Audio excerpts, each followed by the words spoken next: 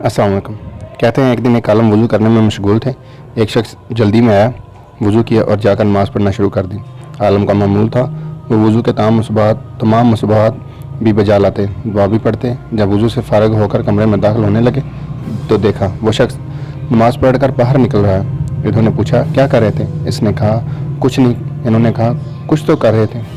इसने कहा, नहीं। इसे मालूम था अगर कहूँगा नमाज़ पढ़ा तो आलम इसे वगूत और नसीहत और तलकीन करेंगे। इन्होंने कहा, मैंने तुझे खुद नमाज़ पढ़ते देखा। कहने लगा, नहीं किबला, आपने गलत देखा।